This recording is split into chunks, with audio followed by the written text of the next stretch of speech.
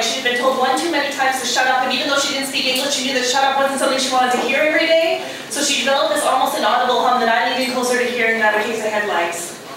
These kids are like origami paper. They fold themselves and tear, and then poof, all of a sudden you've got this staggering swan. They've got a beauty and you have to search for it. Which is why I'm not surprised when she comes to me with a huge smile and a mouthful of rotting teeth. Tuesdays we burn through vocabulary lists faster than their older siblings burn through crack rocks, but for 3 weeks she just says read to me. And so I do. I've become the Mother Teresa of words. I dole out vowels like charity, setting up hospices of consonants for her mind. We work our way through this mildewed copy of A.A. Milne poems, and it's all blah blah blah to her, until we get to the poem about the raindrops racing each other down a window pane, and she says, oh, I never had a window pane until I came here. After that, we're ready for vocabulary lists. We move through I and can and would and could and should. We trip over house in between and stand, and then we hit the word bicycle. And it takes her a full 5 minutes before she can even get her mind around it, let alone spit it out in syllables. It's the CYC part that keeps fucking her up. But finally she gets it and she says, well, what is a bicycle? And that's when it hits me. She's 7 years old and spent her whole life in a refugee camp. She arrived in Canada at 5 months of winter. The first time she rode in a car was from the airport to her new house. She's got shoes for a soul and calluses as thick as freedom. And I'm sitting here explaining to her that a bicycle is this thing with 2 wheels and a set of handlebars, and you pedal it to get around. And she says, is it faster than a car? And I say no, and she says, but why then? And before I can answer, she says, imagine riding a bike down a hill and feeling the wind in your hair. And she touches her job like it's her hair and smiles a vision big enough to swallow up her whole face. 2 weeks later, I see her downtown and she's made learning about bicycles her business. She points to the front of a bus and she says, look, a bike rack. Imagine having a bicycle and not wanting to ride it. And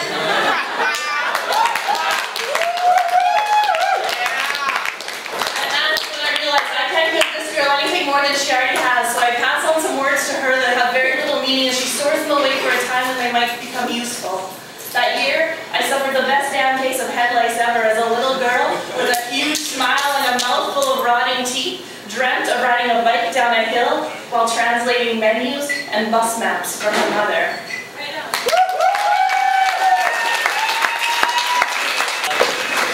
When you leave me for the kid in your judo class, you say that you aren't really a fighter.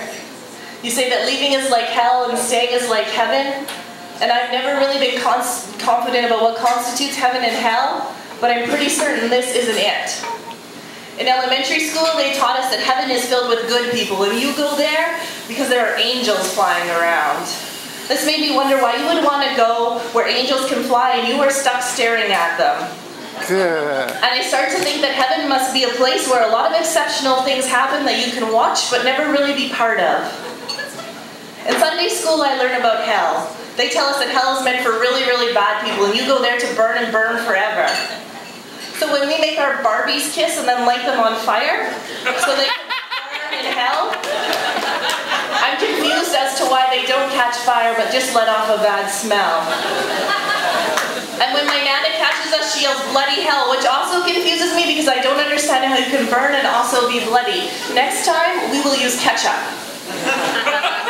In junior high, heaven and hell became a bit more like an afternoon school dance, where heaven was the moment someone asked you to dance, and hell was standing against the wall waiting for someone to ask you to dance, and purgatory seemed like the actual dancing itself.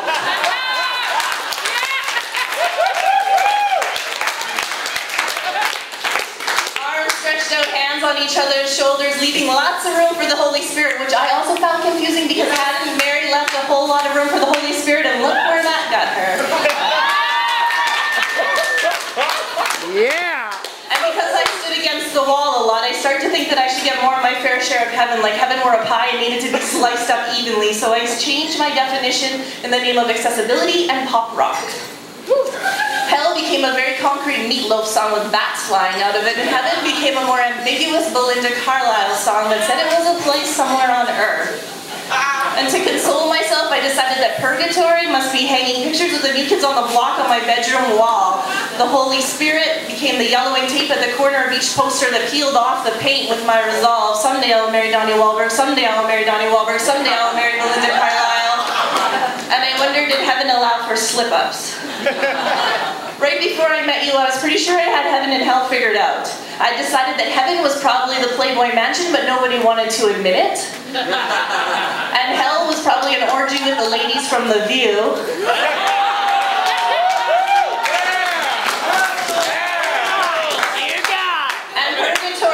Was probably artificial and cartoony, probably something involving Care Bear reruns. I was feeling pretty confident about these definitions until you decided to leave me for the kid in your judo class, collapsing heaven and hell and everything else into one big narcissistic bundle. And now I'm pretty sure that hell is the silence waiting for the phone to ring, and heaven is something I remember, and purgatory is the smell of the sheets I left in the washing machine on the day you left.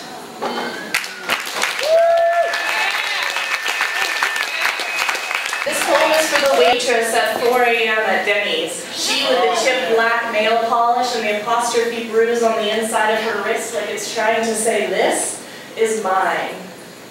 We meet out of necessity, her coming to my coffee mug like clockwork every 30 minutes because the coffee mug, expects a lot.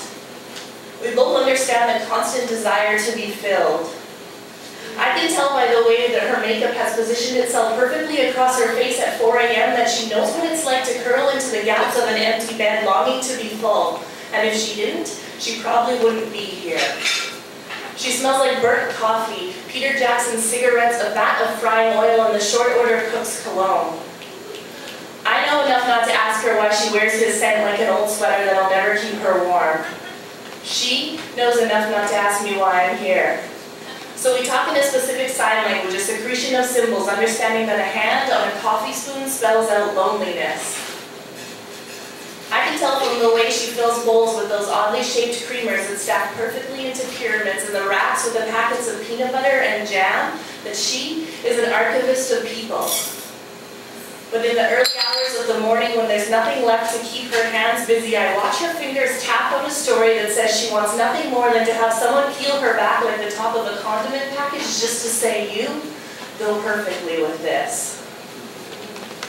Once, in a moment of weakness, with a coffee pot too slow to start, she tells me that her home is painted a shade of blue called Meeting House, so she rarely has visitors. And once, when a Boy Scout came to collect bottles, he stopped inside the front door and looked past all the places where the paint had thinned, saying, "Lady, you live in heaven."